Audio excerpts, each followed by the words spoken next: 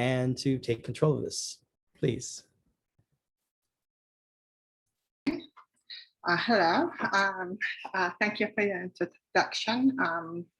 Today I'll be talking about Haudenosaunee medicine and the land.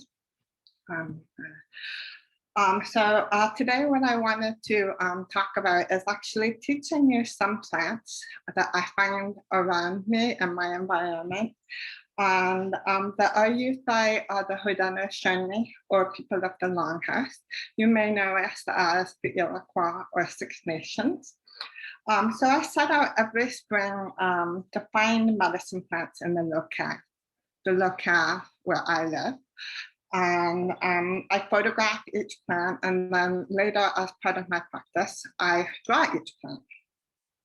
So many of the plants I'm teaching you today are considered weeds to be eradicated by Western convention.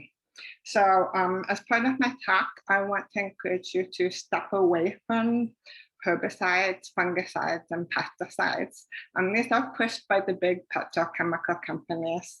And they're actually part of what is literally destroying our world and pushing us towards ecological collapse. So as part of my practice, I too moved away from these things. And I started observing the kind of plants that started growing literally on my lawn. And by eliminating these chemicals, I've begun to encounter plants that were used by my ancestors for medicine and for food. So every year I found more and more plants growing on my lawn. And as a little bit of our background, the Haudenosaunee, we consider plants and animals sentient beings. Beings that are our relatives. And my own writing, I actually call them other than human beings. And the reason for this is the very soil that gives us our bodily form. And it is the same soil that also gives form to all plants and all other animal beings. So when we gather plants for medicines, we talk to them. We tell them what we are harvesting them for, and we offer them tobacco, Nicotiana rustica. And when we're gathering plants for medicine, we disturb them as little as possible. So we don't take the entire plant. We make sure we leave behind more than enough for the plant to continue to grow. So it is best to gather plants for medicinal usage in the morning and the evening. And the reason for this is it is less stressful for the plant. If you're digging up, say, a plant root at high noon, chances are you will probably kill the plant. And that's not what we're setting out to do in our medicine practice.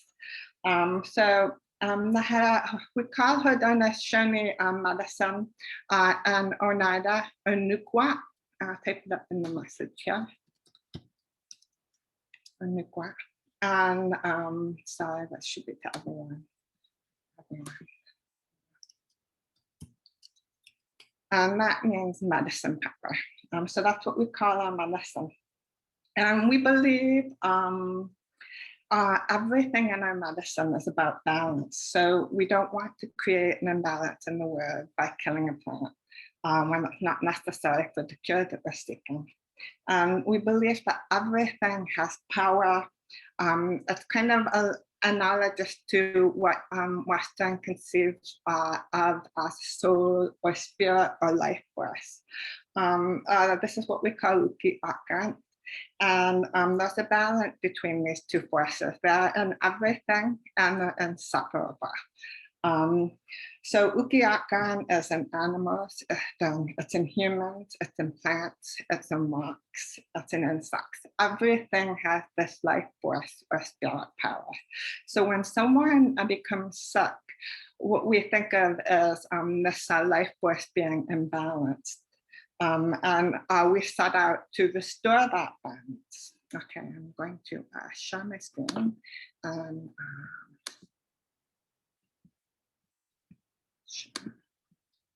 Start my lecture slide. Before I start actually showing you some of the plants that I've encountered, I want to teach you the 7 cardinal points. And most of you are familiar with the 4 cardinal points, and there are additional layers to this. So with the 7 cardinal points, we start out with the directions that you typically know, that north, south, east, and west. We also have 3 other points as well. We have the above, or the spirit world. We also have the below, or the Mother Earth. And what's interesting is the 7th point is actually where you are. And this can also refer to a group of people or a village. But what's important is nobody else can occupy that point but you. And what I find most illuminating about the 7 cardinal points is they very much indicate both directionality and relationality. And this is mirrored in our Iroquois languages, which are built upon directionality in relation to other beings. So in the Iroquois languages, we have 18 pronominals, which indicate relation, such as me to you, you to me to them to me, and it goes on to continue to reference plants and animals as well. So it's really important that you think about the 7 cardinal points as you search for your medicine. Because the thing that you will find is more plant is growing, no other plant can grow in that particular spot. And often plants need very specific conditions to grow, specific amounts of sunlight, specific types of soil. And it's actually really interesting to see the process of these plants growing on my land as I decolonize from pesticides and herbicides. And you begin to experience more plants. One of the things about the 7 cardinal points is they went a little bit underground because of residential school. It wasn't being taught to everyone, and we also began to hide some of our practices from outsiders. So not everyone received this teaching. And part of it is because with the residential school, we didn't have access to our languages, and locations that were culturally important became obscure. So there's a relational and spiritual component to the directions as well. And my partner was talking to me about neurology. He's working with a neurologist. And the neurologist told him that when the brain thinks about things, it always locates itself in the thinking as well. So that 7th point in the 7 cardinal directions is very important as we think about mathing. So this is an installation shot of my exhibition, Iroquois Medicine Drawings. I started doing this work during my postdoctoral fellowship with Tuscarora artist Jolene Lickard at Cornell University. And during my study with her, I came across James Herrick's 1977 thesis, his PhD dissertation for anthropology, Iroquois medical botany. And it was quite fascinating because I had previously encountered this work as this book, Iroquois Medical Botany, which completely eliminated the language, but his dissertation held the language. And it pushed me actually to explore both the plants and the language itself, partly because the book that he published is sparsely illustrated, so you really can't find the plant. And as part of my background, I did start out in biology, so I did study plant science. And also my grandfather was a plant scientist, so he taught me a lot about plants. Actually, he taught me to draw plants, which has continued to this day. So part of my practice is walking around my neighborhood and the various wild areas that abut where I live. So I started walking and looking for plants. I started finding them everywhere. Plants that by European standards are considered near weed to be eradicated are considered sacred medicine and edible by the Unwihunwi, or the real people. So during my walks, these plants actually called out to me. They called my attention. And I would take pictures, then go home, identify them for certain, watch them grow, because to truly identify plants, you have to see them as they grow their leaves, as they flower, as they seed, to be able to identify them accurately.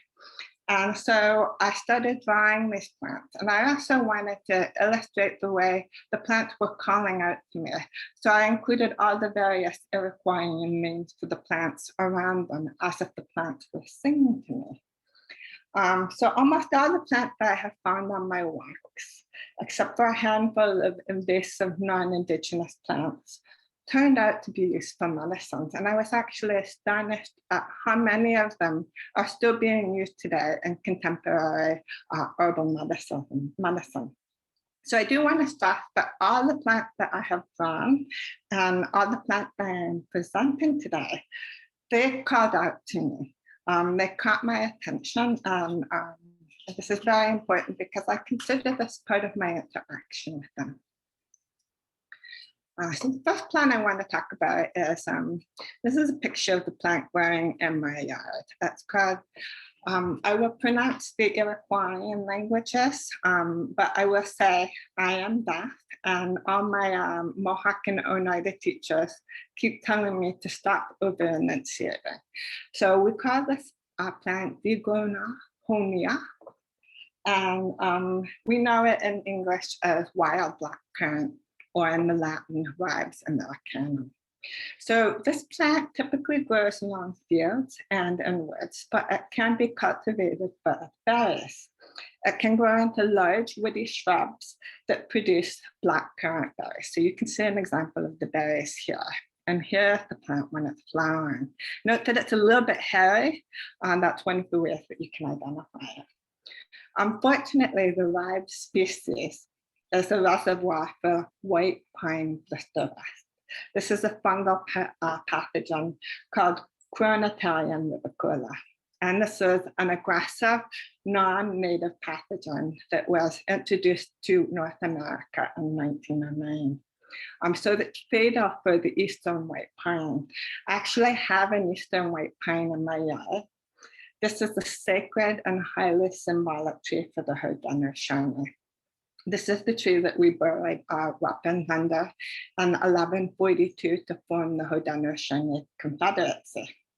The white pine is also a symbol of the Haudenosaunee Confederacy. So unfortunately, whenever I encounter the Ribes americanum plant, like this one on the left, in my yard, I have to kill it. Unfortunately for me, I have several neighbors on my block who use the Ribes plants as hedges. That's why they keep appearing in my yard. The next plant in the medicine I'm going to talk about is Duhik Dai, which means berries. This is Seneca for berries. So it's also known in English as the carmine gooseberry. They're delicious berries, both of these plants. So it also often grows wild and shrubs. It produces an edible, delicious berry called the gooseberry. Fortunately, it also is a carrier for white pine blister rust. There was a concerted effort in North America, but not in Canada, to eradicate specifically this plant between 1920 and 1950 because of the rust.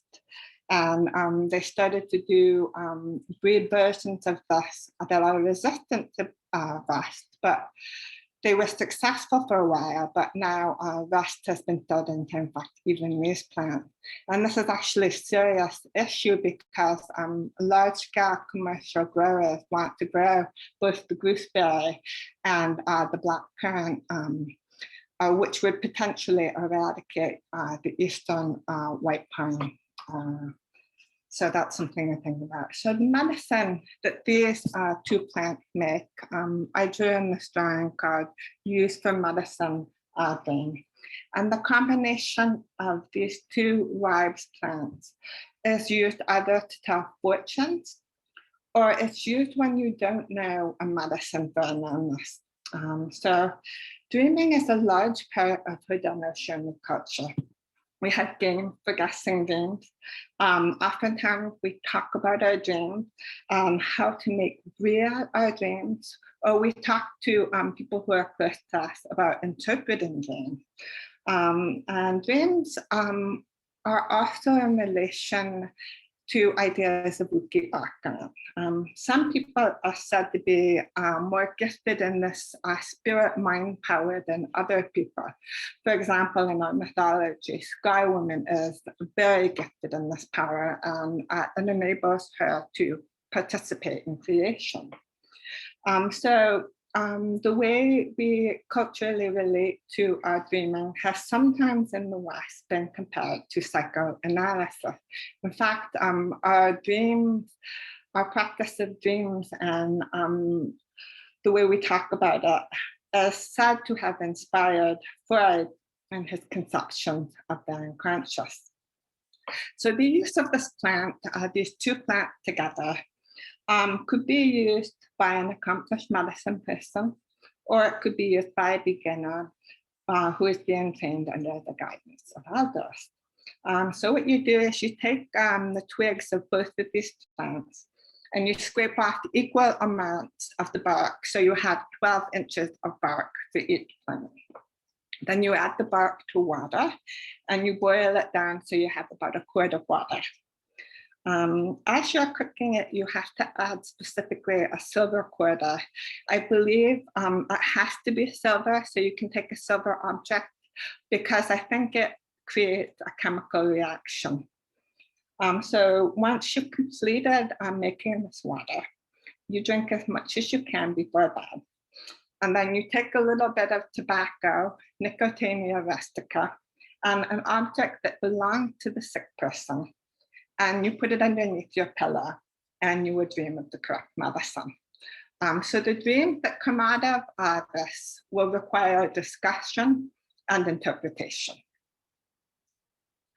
The next plant that I want to talk about, I've included a video so you will actually recognize it. This is actually how I recognize this plant anytime I'm looking for it. You just look for the leaves shaking. This is why it's called the quaking or the trembling or the shaking aspen. And it's called Oneida. So the bark of this tree contains salicylates. This is the chemical from which modern aspirin is derived. So one usage of this medicine is for pleurisy, which is a lung, it's like your lungs are infected with phlegm. So you scrape the bark down and you wet it with hot water and you apply it to the chest as a poultice. So in this case, the plant is acting as an anti-inflammatory, which is what it is used for today in contemporary Western medicine.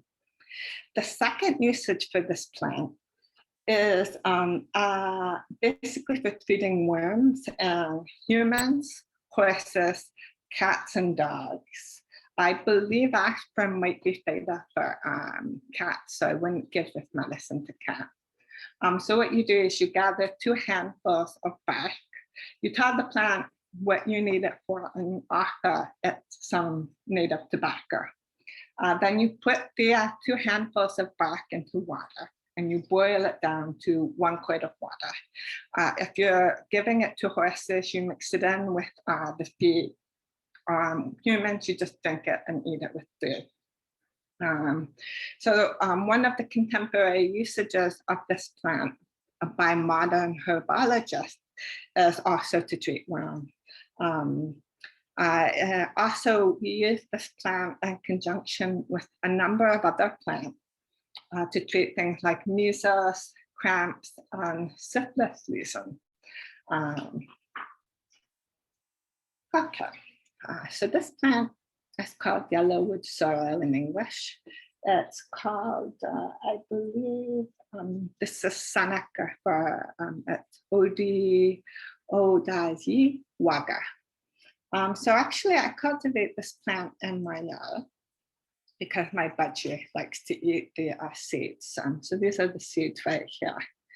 And also it has a lemony taste, which is very nice on the mouth. Seneca elder Henry Radar said that this plant was used with 9 other ingredients as an anti-witch medicine. I won't go into it because it's complicated. The first medicine I will go in to is, this is the title for Oh Dad she water. It is used for a summer illness that's characterized by nausea, cramps, and fever. So what you do is you gather 4 plants and you put it into a teacup of lukewarm water and you crush the plant and then you drink all of the water. You repeat this until your symptoms go away. Another usage of this medicine, the Mohawk call it te yoratu, which means change of color in water. The reason for this is the leaves have a lemony taste, and that is why it's used by the Haudenosaunee to refresh the mouth. I actually like chewing on the stems and the leaves because it has a wonderful lemony taste. So what you do is you gather handfuls of the plant, you boil it in water, and then you pour this into a bottle that you keep around for daily use. And you use it to gargle in the morning, and it will actually refresh your mouth. It's quite nice tasting. This next plant is called, this is Mohawk, I'll pronounce the Mohawk. Keyan ta kwa. That means rabbit slipper or foot. The top example is Seneca. They call it the Whipper moccasin. So I found this plant outside the cottage where I spent my summers as a child, which is half an hour outside of Algonquin. I was actually just up north at the cottage. I'm usually not there in June, so I normally wouldn't encounter this plant. But I did find this plant and I was quite pleased to find her. One thing to keep in mind is that medicine plants are a lot like cats. You have to let them come here. Often when you set out to find a specific plant, even if you know where you found them before, they can be evasive and they can intentionally hide in there. So this plant, she likes it shady, and she grows in leaf litter and moist areas. So right next to her, there's a stream that is running down here, and it goes into the lake. It's actually Baptist Lake. And so it's very moist there. And this is a detail of the flower itself, which is quite beautiful. It is an orchid. So this plant is used to treat lassitude and nervousness, or simply lack of energy. And basically what you do is you harvest the root of the plant in the spring and you steep it like a tea. So you can dry the root, of course, so that you can use that at other times of the year. And then you drink this when you're thirsty, and it gives you a little bit of an energy boost. This next plant is called Seneca Digdagwado Gaghill, and that means crooked white root. And there are 2 uses for this plant as a medicine. So it grows in wooded areas in May and June, which is when it flowers. The rest of the time, you may be able to see some of this plant in July, but I've had a hard time finding it outside of May and June. And the first usage of this as a medicine is that it is used to deworm people. And what you do is you take the root, you put it in water, you boil it down to about a quart of water, and then the patient drinks all the water over a period of time. And Seneca Elder Chauncey or Johnny John said that the plant is something that worms don't like. The second use, which medicine. Basically, you take the plant and you use the root. The plant is basically what you do. The other plant, which this is an antidote for, is called burnsap. And what burnsap does is when you put it in someone's liquor flask, which is what it was done for as a witch medicine, is it would make you urinate excessively, so you would become thirsty, and you would compensate by drinking more liquor out of your liquor flask. So I asked the doctor about this. Burnside is used in contemporary medicine, and it is actually a diuretic. And in theory, it would make you drink your liquor faster and could potentially end in death. So this plant, also known as the wood anemone, would be used as a medicine to counteract that effect. And all you do is you take a little bit of the root, about the same size as the burnside root, and you put it in your liquor flask. And so what you're doing here is you're balancing out the witch medicine with the plant that works to counteract the effects. So I just wanted to say that witchcraft did and still does occur within the Haudenosaunee community. It's frowned down upon by our elders, but as with every other culture in the world, you will have people who will gravitate towards that. My partner actually has quite a funny story about talking to my mother when we went to visit a cousin of mine who's a traditional, and she does practice some of the traditional medicine. So my mother told Julian, my partner Julian Halliday, this was shortly after we married, okay, if my cousin gives you anything afterwards, you have to take it and put it in water, because she's known to be a witch and she might give you a charm. And Julian comes to me and he recounts this conversation very wide-eyed, and he's like, this is very bizarre. And I'm like, it was very amusing to me to see an outsider respond to the workings of my community. But yes, people do still engage these practices within the community. I don't approve of that, but people do it. This next plant is called the Junas Guanyin, and that's on Nadanga. And it's also known as coat's foot. It started growing in my garden a few years ago. It just appeared, and I was very curious as to what it was, so I let it start to grow more. So this is actually drawn from my lab. And it's used as a cough medicine for those with tuberculosis. And it's still used today in contemporary herbal medicine as a cough medicine. So what you do is you just gather a bit of this root and you let it sit in some liquor, any kind of liquor, for several days. This is a drawing of, and I'm in the process right now. So I researched this plant in a contemporary science journal. There's a journal of ethnopharmacology, which did a scientific study of this plant in 2021 this year. So I was just reading an article on this plant. And what the contemporary science shows on this plant is that this plant, coat's foot, does have anti-inflammatory properties. It has neuroprotective activities, so it could be useful as a medicine for dementia or Alzheimer's. It is useful for anti-diabetic properties, and it's also rich in antioxidant chemicals. So as a plant, it should only be taken short term.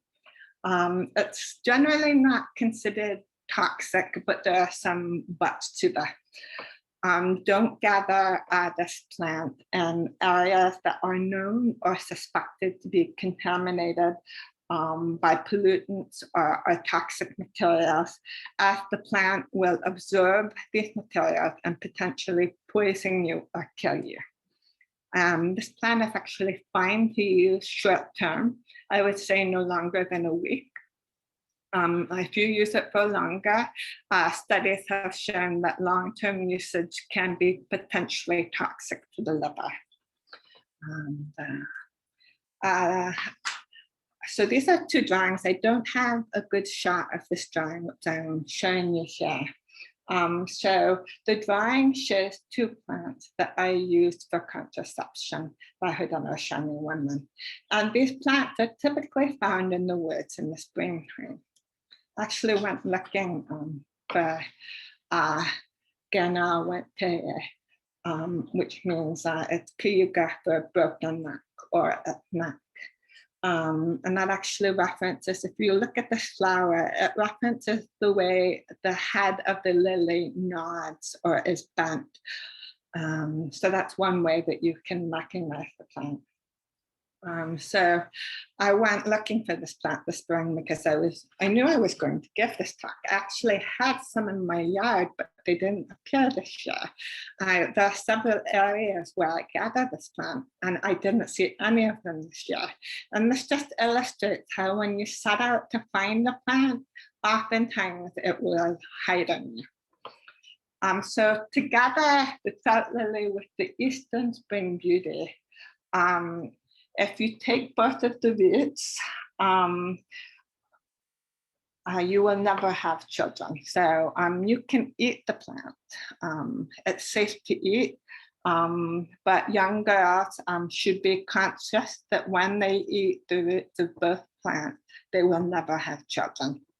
The name of the plant, the second plant, Jia, that's Mohawk. That means it's Mohawk for Burdock. And that highlights the way in which within our Shawnee culture, we often make comparisons through similitude, not through difference. So we will often highlight how things are similar. And I just wanted to look at this through the language. So Jia is Mohawk for bear's paw. And if you look at the flower has 5 petals, just like the paw of a bear will have 5 petals. Oneida is a wali ochicha, in bear's foot, and Tuscarora is uchere ose. So one of the things that I was interested that came out in my study of plants is the variation of languages between tribes. You can actually see a geographical change in the language that illustrates how close tribes were together geographically. So there's very much an element of polyphony to what I'm doing. So the top version here is Mohawk, and then we have Oneida, and then we have Tuscarora. What is interesting today is that after the whirlwind, which is what we call the American Revolution, the whirlwind scattered us from our New York State land base. And as a result, we spread out from New York, we spread to Ontario. We traditionally had a land base in Quebec, but more people went to the Quebec reservation. And we also spread out to Wisconsin and Illinois and Indiana. So now what has happened is that at each location, as we start to write down our languages, even if we're all speaking Oneida, the Wisconsin Oneida may not say a particular word the same way the Oneida of the Thumbs would say it. So you get different spelling, different pronunciations, and in even some cases, different meanings for the word. So we're looking at Gandane Guishagus, which means smells like a horse. And the root of this plant really does smell like a horse. It's in English known as black cohosh. So the Haudenosaunee use this plant for 2 or 3 different medicines.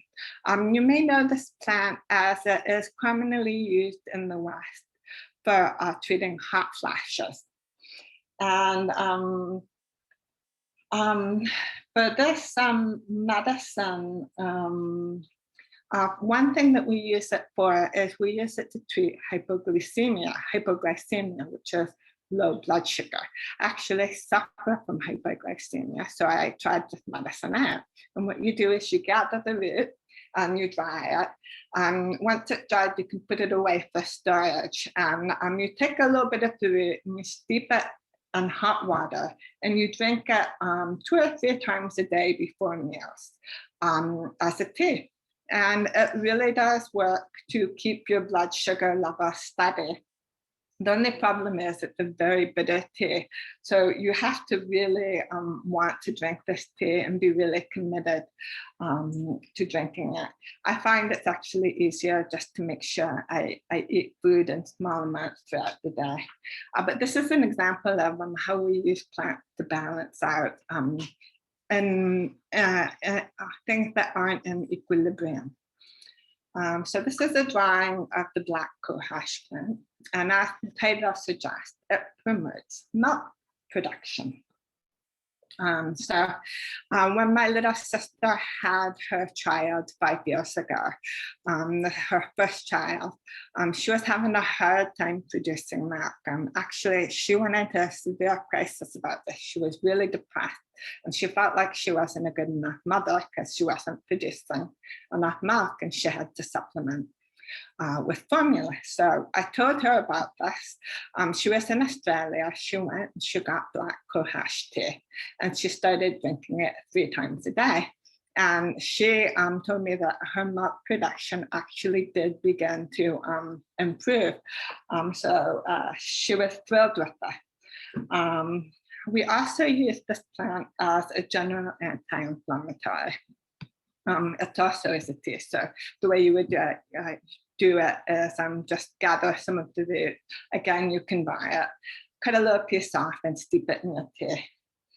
And this next plant is Yagote sucks, which means makes you burn. We know it as bad straw. It has coumarin in it, which is used in modern perfumery. And coumarin has a sweet vanilla smell. We use this plant as a basket medicine. You take bits of this, and if you make baskets, you put it inside your basket. And this is an example of oogie medicine, or oogie magic, as some people would call it, because the sweet smell entices people to buy what you're selling.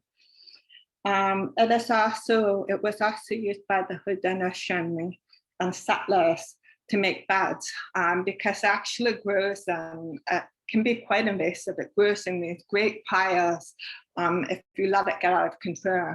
It looks like straw almost. It grows in strands. And so you gather and you can make a bed out of it that is soft and very sweet smelling. So what my drawing on the right talks about in terms of this plant as a medicine is you use it for dreams. And dreams are important to the Haudenosaunee because we see them as part of continually creating our everyday reality. So the way you use this plant is you take a bit of the hair and you chew on the stem and then you swallow it.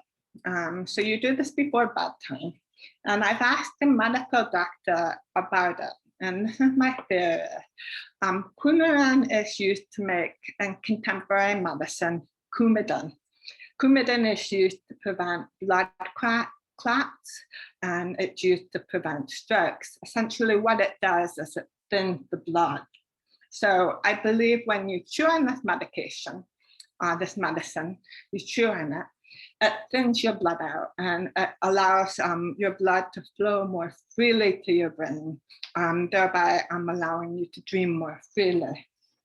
So a doctor that I talked to said that what I'm talking about sounds plausible. If you do take this medicine, it's not poisonous. If you take it too much, you can actually potentially bleed to death. The way you counteract that is you take vitamin K. So that eliminates the anticoagulant effect of this plant. Okay, this next plant is on the Goa or TM minus or Burdock in English. So I'm certain you've seen this gorgeous plant growing in urban areas. So this leaf, right now it's kind of small. This is what the whole plant looks like right now. This leaf by the end of the summer will be quite large, about, I'd say I've seen the leaves get as large as a 2 feet, 2 feet by 1 foot.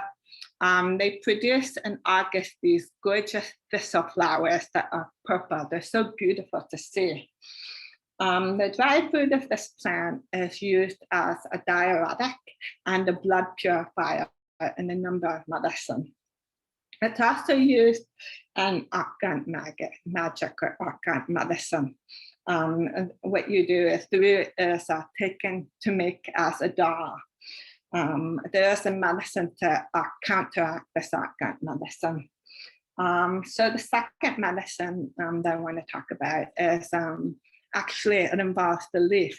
So what you do is you gather the leaf and you mash it.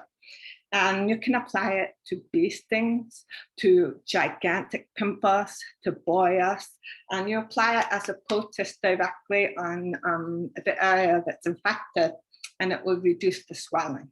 It really does work. Let me tell you, I've used it on pimples. It makes them go away. I'm not kidding.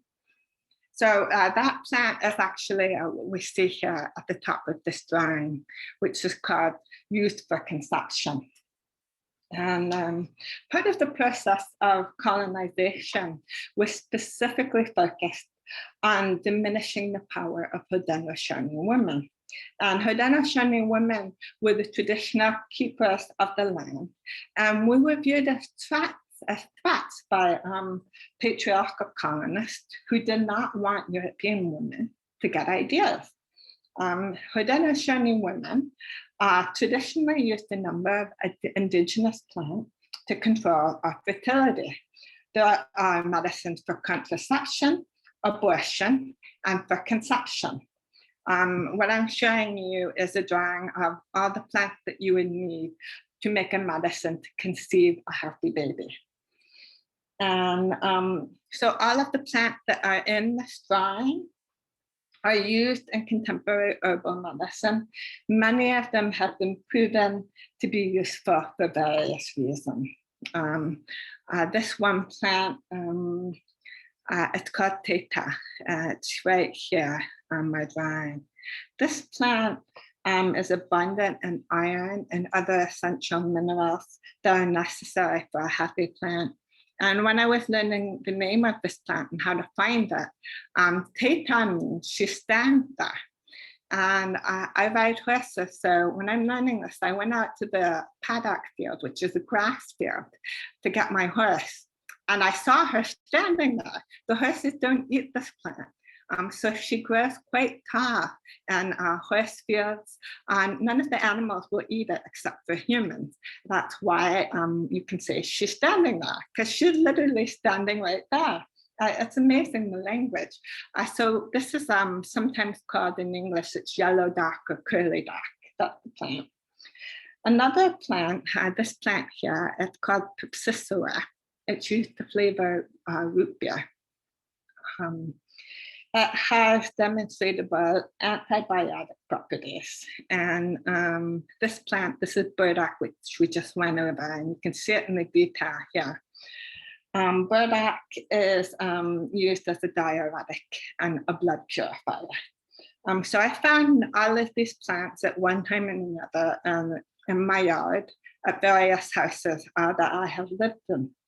And what's interesting is the half of Haudenosaunee women is fundamentally based on our stewardship of the land and the maintenance of the plants that are vital to our health and our well-being.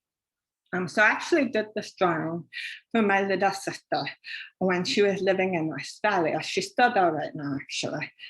She was trying to conceive, and I think she had 3 or 4 miscarriages, and she was devastated, and she was about to give up. And I heard about this medicine, so I thought I'll send her the tea for it. Unfortunately, as many of you know, Australia has these draconian import laws for good reason. So I couldn't send her the tea. So the next best thing is I did this drawing with the song for her. It's got all the medicine plants necessary. And what's interesting is after I sent this to her in the mail, she got the drawing. She felt really supported and she felt loved. She was actually able to conceive her first child and carry him to term. So that child is now 5 years old. He's about to turn 5 in August. And she's very happy that she was able to conceive him. And she actually credits this drawing as helping her to do that. And this next plant is called, as the title says, ghost medicine. And this is a drawing of the plant Nuphar luteum, or it's a water lily that's native to North America. And it's used to treat 2 illnesses. The first one, as the title suggests, is the ghost medicine, which means it's for letting the dead go. And the second medicine is for treating heart problems.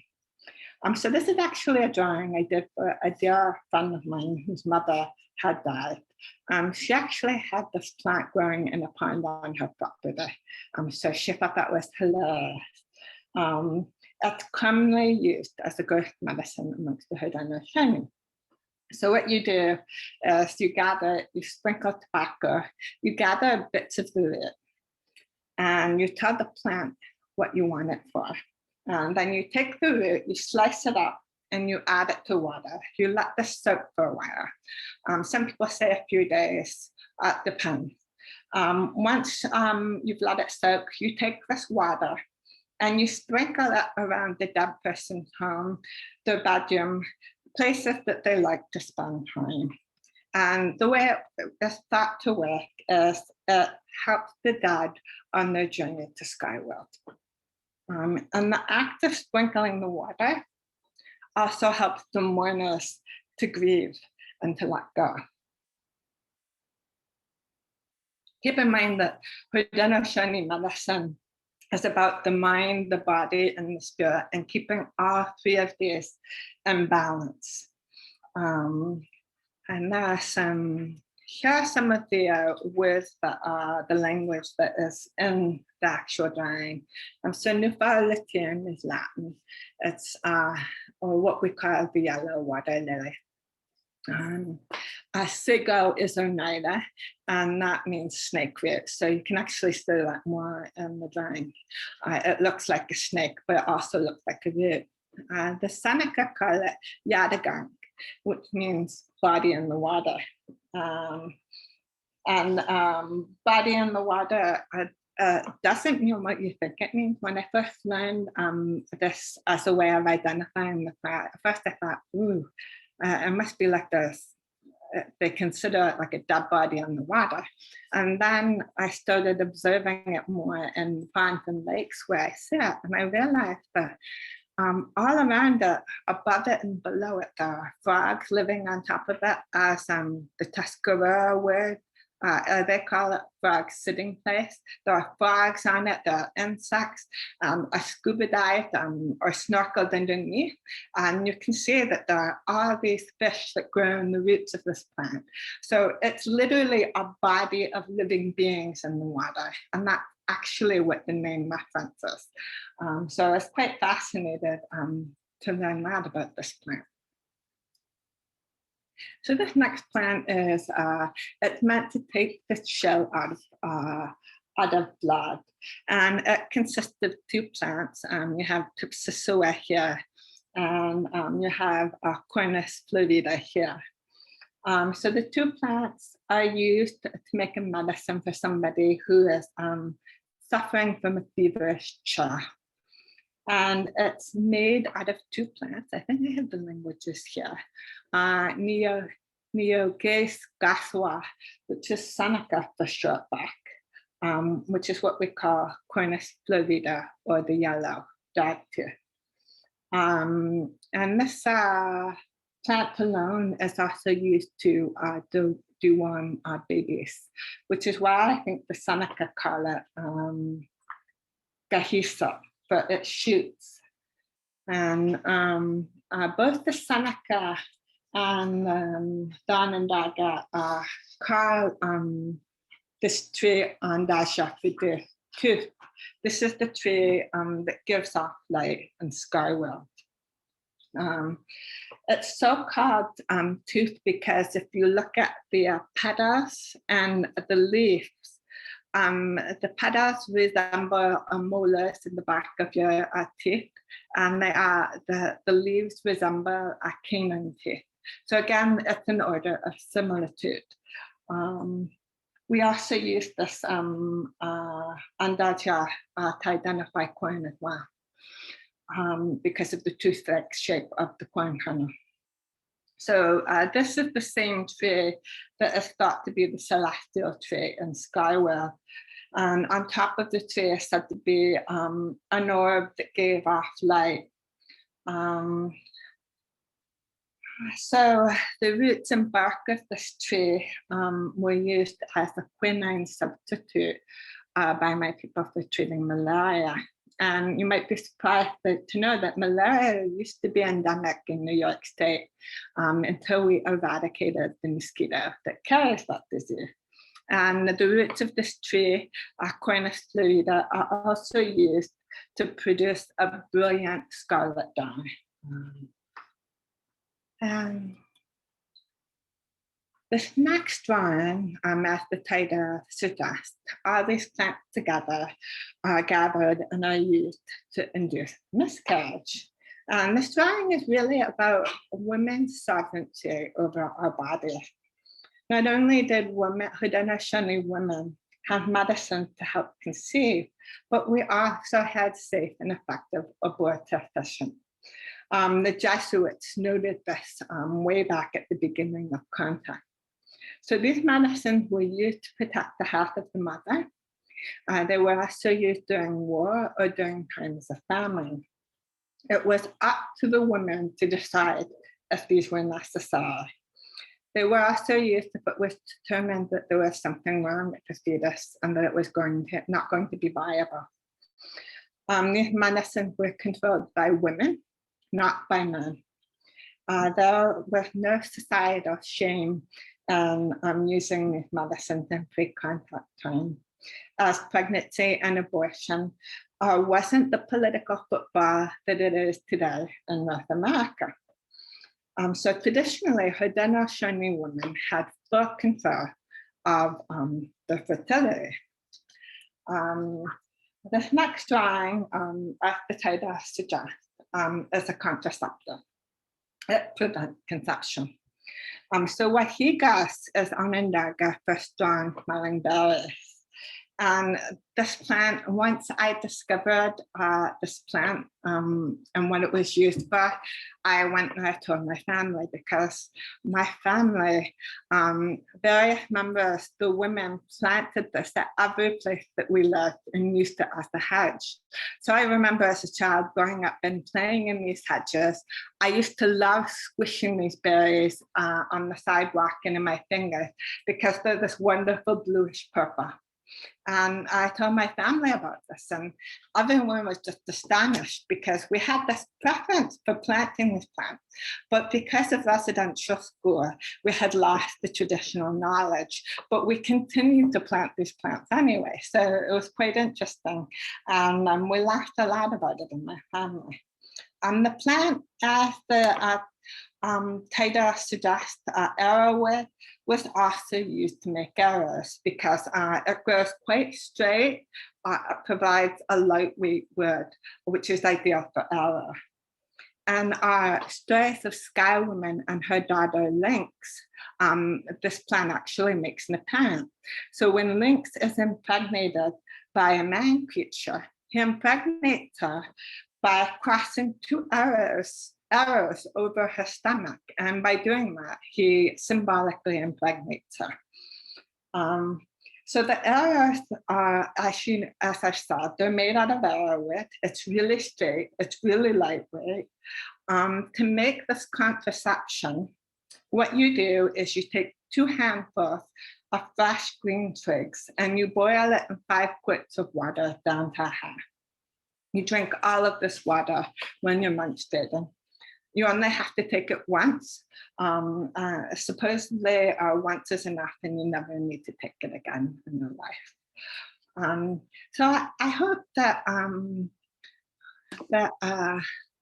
by going over these various plants that I have encountered on my walk, you can maybe start to think differently about the landscape and the plants or beings that traditionally inhabit it.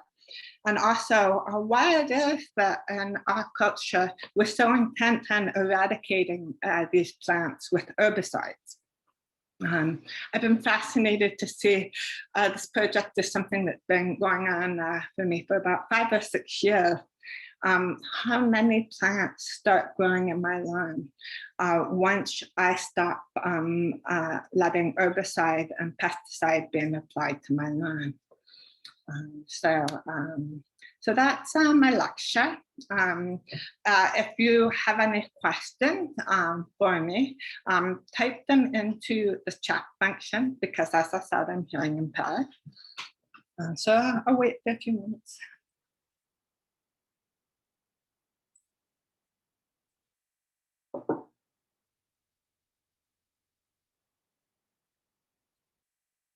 Okay, so if anyone has questions, please type them in the chat function. I'm waiting.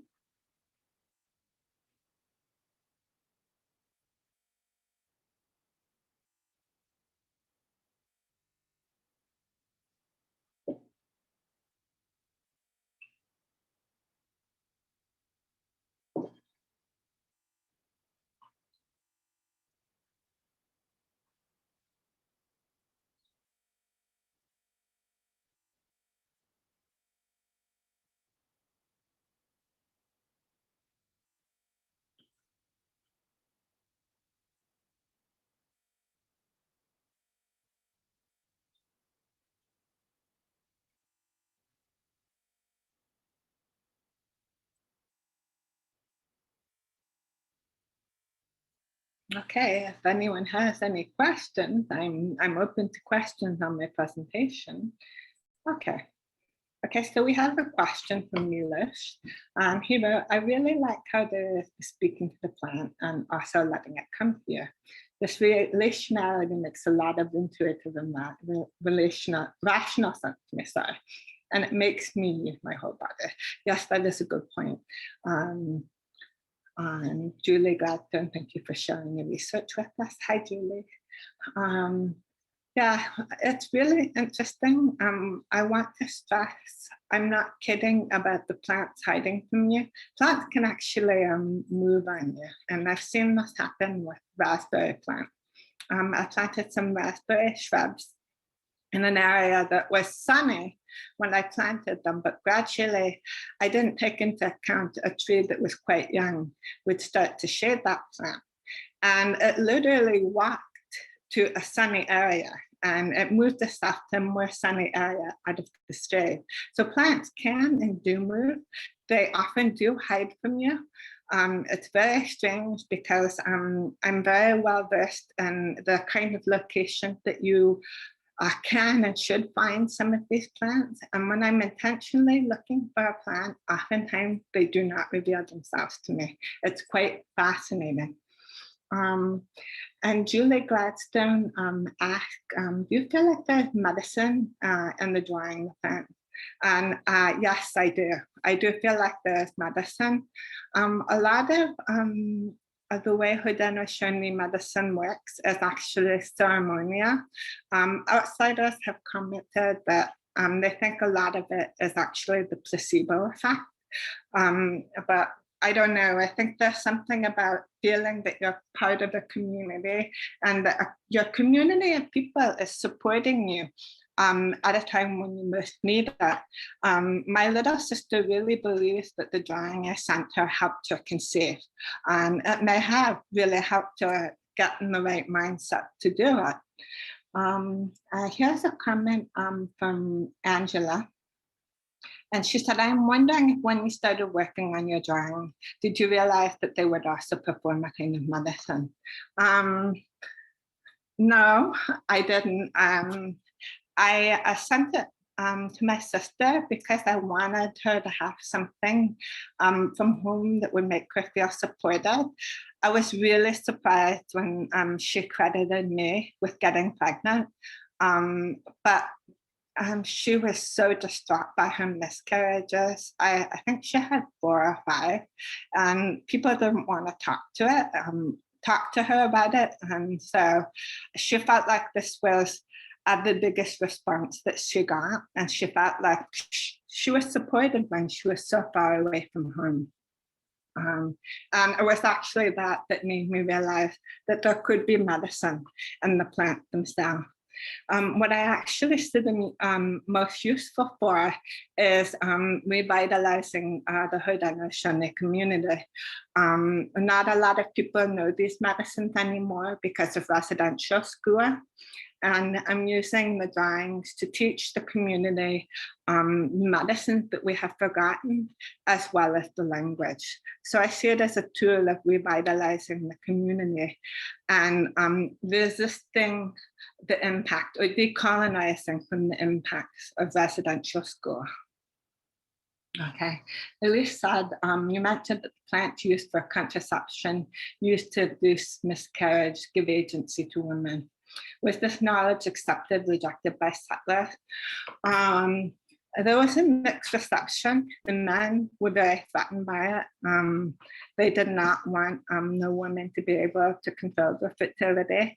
They didn't want other women to get any ideas about actually owning the land and controlling the land. So it was very much rejected, especially by the Jesuits, whom we encountered in the Quebec area. So they very much stamped that out, this medicine. They actually called it witch medicine, which is how that terminology became part of our contemporary discussion of medicine. And I do think we probably need to push that out. But yes, settlers, especially the men, were very threatened by that.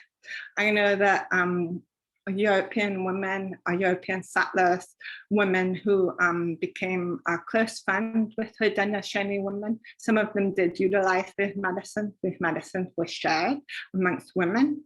It was not actually considered part of the men's purview. It was completely controlled by women because bearing children is a woman's responsibility. It takes a lot of effort, and it's up to women to decide.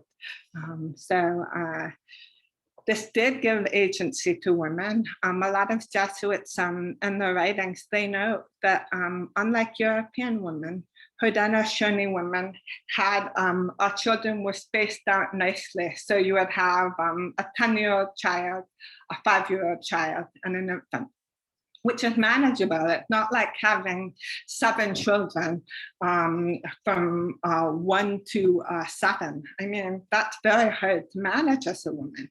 So we were able to plan and space out our children. I'd actually be interested in seeing what the scientific analysis is of some of these plants. So that was from Elise, but yes, the men were very much, especially the Jesuit men, were very much resistant to contraception and abortifacient. Milos is asking, does the knowledge become lost quickly with colonizers and interference? I can, like within a generation or less, I can imagine that it can happen quite quickly. Likewise, through your work, the knowledge can come back quickly too. Yes, the knowledge can be lost quite quickly. I believe that most of the knowledge was lost through the residential schools, which started in Canada in around 1870. My own research of this has shown that there are several generations of my family that went to the residential school. And I can actually see the impact on my family. We have lost the knowledge quite quickly.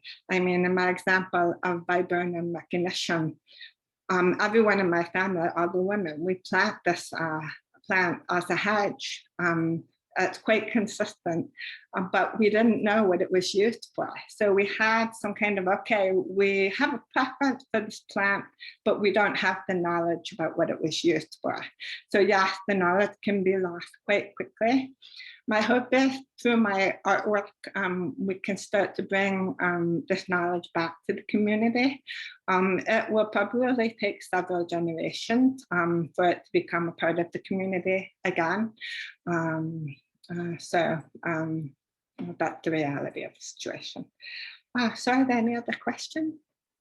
Well, you guys have great questions. No, here's a question. Are the drawings to scale? No, they're not to scale. And the reason for this is when I started drawing, I wanted to resist Western botanical convention.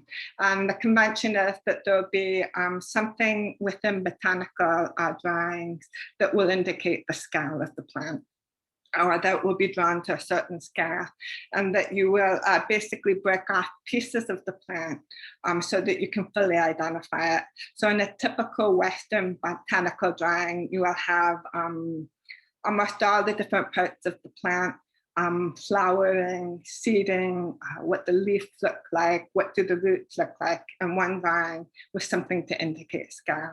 So I was trying to resist Western convention. So I put things at different scale, and I didn't put a guide in to scale so that you could scale the plant. And part of this is I wanted to make it a little bit hard for people to find the medicine. I think you should be cautious using these medicines. If you play around with this, you should work with somebody who's knowledgeable, either a knowledgeable elder or somebody who has a background in botany. So I gained a lot of my knowledge from my grandfather, who was a plant scientist, and he taught me a lot about plants, and it was actually quite useful in doing this drawing. Oh, you guys asked great question. Is there anything else out there?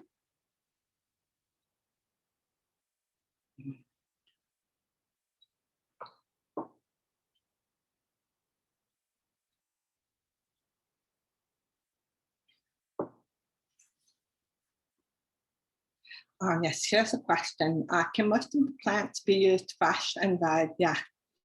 Some of the medicines have to be made fresh. I think all the medicines that I showed you today, you can gather them and dry them for use later. Yeah. In some cases, different medicines will be specifically, you have to make it fresh. And other medicines, almost all of them, you can dry the plant and use it as a medicine later when you need it. Some of the plants, you can order a lot of the plants from various herbal companies today. I don't do that in part because I like the dialogue of actually engaging with the plants and gathering the plants myself. So when I do use these plants of medicine, I will actually gather them myself and dry them for usage. So you actually don't thank the plant because you're not allowed to thank the plant. You tell the plant what you're using it for, what you're gathering it for, so it can participate. You offer the tobacco. You literally give the plant tobacco by sprinkling it on the ground around the plant. And I think the plants like this because tobacco is a natural insecticide.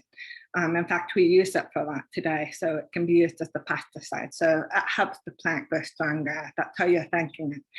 You don't thank it because the plant has a relation and it has an obligation to take care of you, just like you have an obligation to take care of the plant. So you don't thank people for or other beings for that obligation. The way you thank it is by treating it respectfully, recognizing it as a sentient being, and then offering Nicotiana rustica. I usually talk to the plants out loud. If there are other people around, I kind of whisper to the plant, because it's a little embarrassing to be seen talking to plants by people who don't understand what you're doing.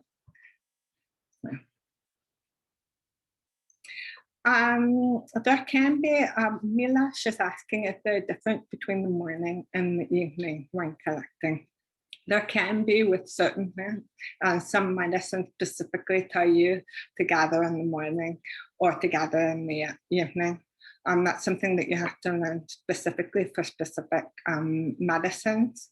In the morning and in the evening, there are chemicals in the plant that might be at different levels. So that might be why you would gather something in the morning versus why you would gather in the evening. If when you're taught the plant, you're not taught to gather in the morning or in the evening, you can do either because it's safest for the plant. As I said in my talk, if you gather a plant that you need a root for at high noon, you're going to kill the plant. And that will make your medicine imbalanced and in theory won't cure you. You don't want to kill the plant when you're seeking a cure. You want it to be able to survive afterward. So, oh, thank you. Thank you. Yes, the green wall behind me, like I'm part of my drawings. Yeah. Yeah, I really like green if you haven't gathered.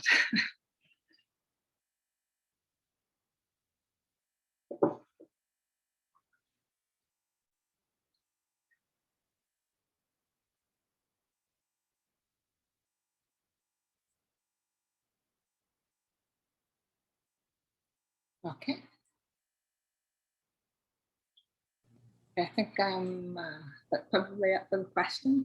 Yeah, if those are all everyone's questions, then I just want to say thank you so much, Miriam, for hosting this talk and giving this amazing lecture. It was extremely insightful, especially from someone who doesn't know much about plants at all, but I have a whole kind of new perspective on everything. So it was really great to listen to, and I appreciate you doing this. Okay, well, thank you guys for having me. And the last thing that I want to say is I encourage you to go out and maybe look at the plants in a different way. So enjoy, and I hope this maybe revitalizes some of you. Absolutely.